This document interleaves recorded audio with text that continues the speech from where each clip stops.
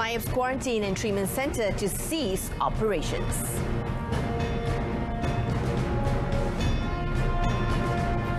Former SRC CEO Nick Faisal spotted in Hong Kong.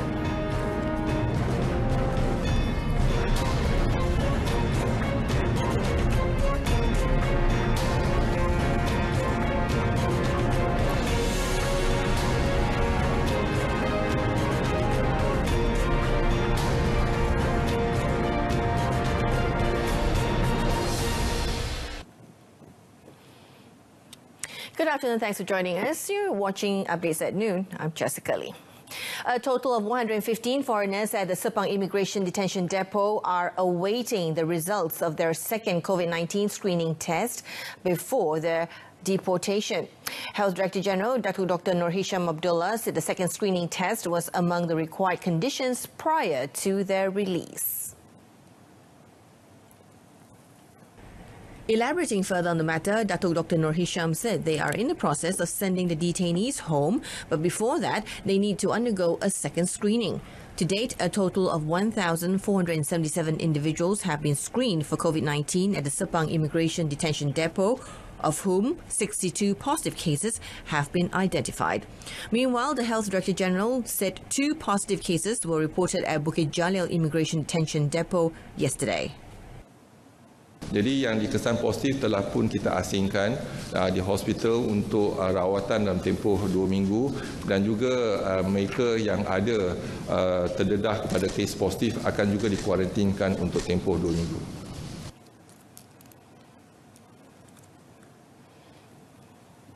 On another note, Dr. Nur Hisham said that the Malaysia Agro Exposition Park in Serdang, or MIAP's low-risk quarantine and treatment centre would cease operations on the 15th of July. He said the centre was conceived by Prime Minister Tan Sri Muhyiddin Yassin as a proactive move by the government to combat the pandemic. Sehingga 10 Julai 2020, pusat ini telah berjaya merawat seramai 1,362 orang pesakit, di mana majoriti adalah bukan warga negara iaitu 86% dan 14% adalah warga negara Malaysia. The Health Director General noted that the centre began operating officially on the 16th of April and received its first patient on the 21st of April.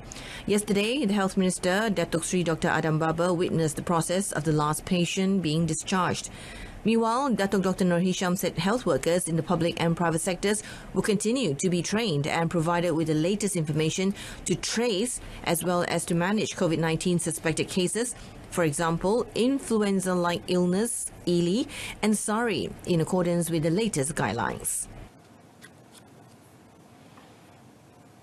A total of 205 Malaysians from Chennai, India and Saudi Arabia have arrived at Kuala Lumpur International Airport, KLIA, via Malindo Air and Saudi Airlines. Deputy Minister of Foreign Affairs, Dato' Kamarudin Jaafar, said in a statement, 102 of the citizens involved were from India and 103 from Saudi Arabia, each arriving on Thursday and yesterday afternoon, and were required to undergo a health screening process upon their arrival at KLIA.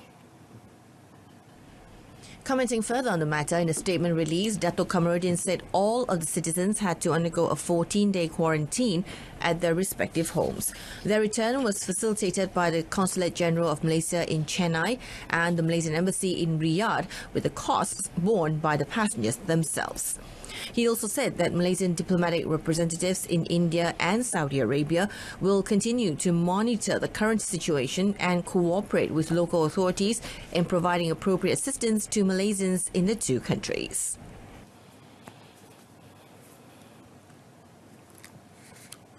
The government has approved a 600 ringgit special assistance for 35,000 eligible school bus drivers nationwide, totaling 21 million ringgit. Now, Transport Minister Datuk Sri Dr. Wee Ka Siong said this assistance will be granted to school bus drivers with valid driver licenses and who use registered vehicles from licensed school bus operators. Elaborating further in a statement released yesterday, Datuk Sri Dr. Wee said the disbursement mechanism will be announced at a later time by the Land Public Transport Agency, APAD, the MOT's agency in charge of distributing the assistance.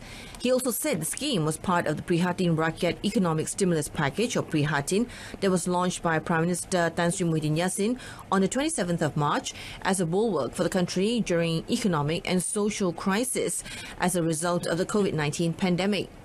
The minister noted that his ministry has since proposed additional allocation to help additional groups affected by the Movement Control Order, MCO, and also expressed appreciation to the Finance Ministry for their cooperation to help affected industry players during the MCO.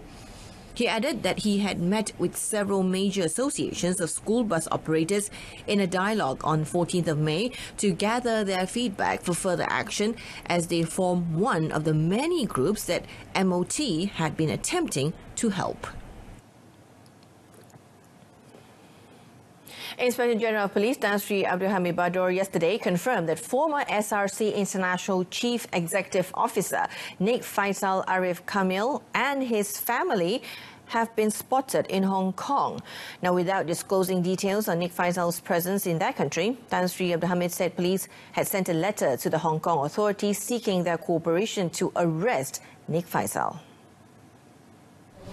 Kita telah pun membuat permintaan pelbagai cara lah. Ada secara verbal, ada kita menelefon kontak kita kat sana, ya. Dan you must remember that he is on red notice. Red notice tu menjadi tanggungjawab kepada polis tersebut. Dan tambahan pula kita ada memberikan mereka butiran-butiran tertentu. Ni dia, tolong cek. Jawapan dia pada mulanya negatif. The IGP further noted that the hunt for fugitive businessman Low Teck Joe, or Jolo, was continuing, although efforts to arrest him had slackened for now. He said he will never give up the hunt for Jolo, as so much of the country's money had been misappropriated in the 1MDB case. He added that apart from Jolo, 4 or 5 other individuals were involved in the case. When asked on the alleged molesting of a male trainee doctor in November last year, Tan Sri Abdul Hamid said police had recorded statements from 3 individuals believed to be victims in this case, and the police will treat the case with urgency. Meanwhile, Tan Sri Abdul Hamid said the police plans to form a review team to probe into all aspects regarding the death of fireman Muhammad Adib Muhammad Kasim. He said the team would carry out the investigations focusing on witnesses. So, siasatan masih dijalani oleh PRM dan kertas siasatan akan dirujukkan semula kepada Jabatan Peguam Negara untuk arahan lanjut. So, itu kedudukan terakhirnya. Ya, saya tidak ingin nak melengah-lengahkan, tetapi pihak saya telah at the moment exhausted all means and ways and means untuk nak mencari seorang saksi yang dapat benar-benar meyakinkan kami, mengatakan bahawa dia nampak bahawa arwah Adib ni telah ditarik dan dipukul oleh orang ramai. Seorang pun tak ada. The IGP also said that so far, police had recalled 31 of the inquest witnesses and recorded a statement of 52 new witnesses following the court's decision last year, which ruled that Muhammad Adib's death was the result of an act of crime committed by 2 or more unknown persons. He also noted that police had never closed the case and was always looking for the truth as it continued to seek justice for Muhammad Adib. He also called on those with information regarding the case to come forward and assist in investigations. Muhammad Adib, 24, who was a member of the Emergency Medical Rescue Services Unit from the Subang Jaya Fire and Rescue Station, sustained serious injuries during a commotion at the Sri Maha Mariamman Temple in USJ 25, Subang Jaya, on the 27th of November 2018. He died on the 17th of December after 21 days at the National Heart Institute. On 27th of September last year, the Shah Alam Coroner's Court ruled that the fireman's death was the result of the crime committed by more than 2 or more unknown persons. Now, on a documentary aired by international news agency Al Jazeera, Tan Sri Abdul Hamid said that police are still looking for a Bangladeshi national, Muhammad Ryan Kabir, who claimed in the documentary that illegals in the country were treated like animals. Now, he also said that the Locked Up in Malaysia's lockdown documentary is inaccurate and contains seditious elements. Kalau dia betul-betul rasa apa yang dia cakap tu betul, dia tampil. Ya, apa yang dia cakap tu betul, dia tampil lah. Saya nak tengok yang di episod mana yang dia katakan polis melayan orang seperti haiwan ni. Saya nak tengok. Ataupun pihak berkuasa melayan orang seperti haiwan. Saya nak tengok lah. Saya nak dapatkan keterangan daripada dia. Elok-eloknya dia tampil lah ke depan. Ya. Ini dia terus menghilangkan diri. Apa nak takutkan? Undang-undang ada di sini membela hak dia untuk mempertahankan diri. Ya kan? Come on. The IGP added that he had discussed the matter with the Attorney General's chambers to look through in detail the contents of the documentary, and they are of the view that it contains seditious elements and that the matter should be investigated under the Sedition Act 1948, the Penal Code, and the Communications and Multimedia Act 1998. Those involved in the documentary have been called up to Bukit Aman to have their statements recorded yesterday. Police took down statements from 6 staff of the news agency, and Tan Sri Abdul Hamid said the 6 had presented themselves in Bukit Aman, while another witness who was responsible for uploading the documentary is expected to turn up today to give his statement.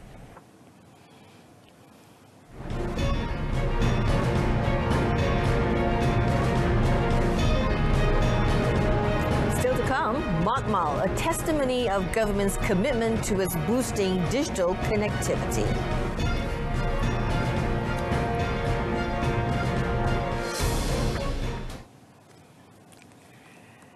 Di Yang di-Pertuan Agong, Al-Sultan Abdullah Riyatuddin Al-Mustafa Bilal Shah consented to visit Taman Cahaya Alam in section U12 Shah Alam, Selangor yesterday to see for himself the giant mural painting of His Majesty's portrait painted by 3 buddies on the wall of a building. Now, also accompanying His Majesty were the Raja Pemaisuri Agong Tunku Haja Aziza Amina Maimuna Iskandaria and their children Tengku Puteri Iman Afzan, Tengku Muhammad Iskandar Riyatuddin Shah and Tengku Puteri Afzan Amina Hafizatullah. The arrival of their Majesties and their children at around 3 p.m. was greeted by the painters of the giant mural, namely Muhammad Suhaimi Ali, 27, Abdul Hadi Ramli, 27, and Muhammad Firdaus Nordin, 26. Upon arriving at the location of the mural, Al-Sultan Abdullah greeted the people gathered there who were excited to see the monarch in person. The Comptroller of the Royal Household for Istana Negara, Datuk Ahmad Fadil Samsudin, in a statement yesterday, said that the visit of Al-Sultan Abdullah to witness the giant mural was an initiative of His Majesty himself, who is very concerned about youths. He added that this also reflects the distinguished personality of His Majesty in engaging the 3 artists of the giant mural in honor of their noble efforts and artistic achievements.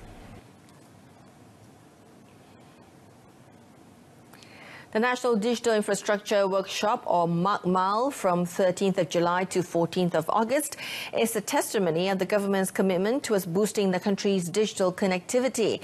The Malaysian Communications and Multimedia Commission, or MCMC, in a statement said the workshop would also prepare the nation and the people face social and economic challenges on the back of a strong digital infrastructure foundation post-COVID-19 specifically.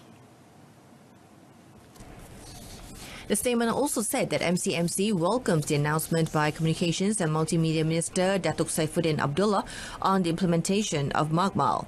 MACMAL will be a collaboration between industry players and the government, in which MCMC will act as a facilitator, producing a comprehensive framework for the development of the country's digital infrastructure, with its implementation coordinated to meeting pressing demands in the new normal era. According to MCMC, representation and involvement at ministry, department and industry level have been identified, and this will help prepare plans through feedback and cooperation from all stakeholders. The results from MACMAL will provide room for swift improvement in terms of access through joint efforts between the industry and the government.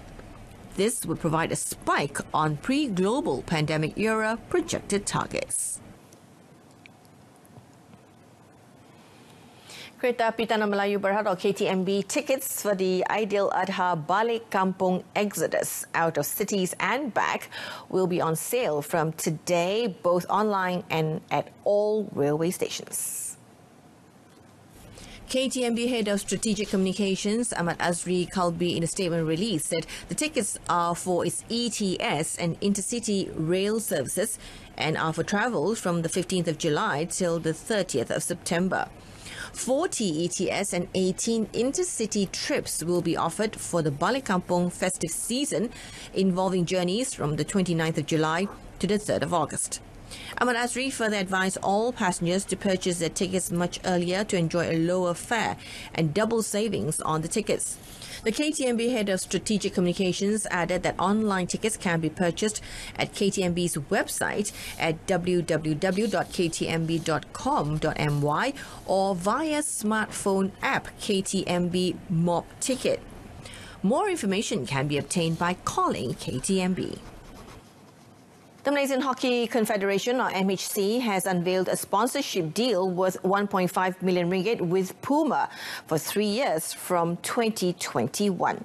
MHC President Datuk Sri Subhan Kamal hopes the German brand's arrival as the new official attire for the national teams would be a timely boost, especially the men's team preparing for the 2020 Asian Champions Trophy, or ACT, in Dhaka, Bangladesh in November. Although the sponsorship deal officially begins next year, Datuk Sri Subhan said the Speedy Tiger squad would be able to wear the kits before the act. He said the 500,000 ringgit a year deal includes sponsorship of jerseys, jackets and socks for all the national teams, except shoes and hockey sticks, where the players have their own preferences. He said this at a press conference after the document and mock check exchange between MHC and Puma at the National Hockey Stadium in Kuala Lumpur. The new kit, which is still under the design phase, is expected to be launched at the end of October. And that concludes today's edition of Updates at Noon. In our top story, MyAPE's Quarantine and Treatment Centre to cease operations. Tune in to News at 10, coming up at 10 p.m. on Saluran Berita RTM on My Freeviews channel 123. You can also stream the news by surfing RTM's My Click. Thank you. I'm Jessica Lee. Stay tuned to TV2.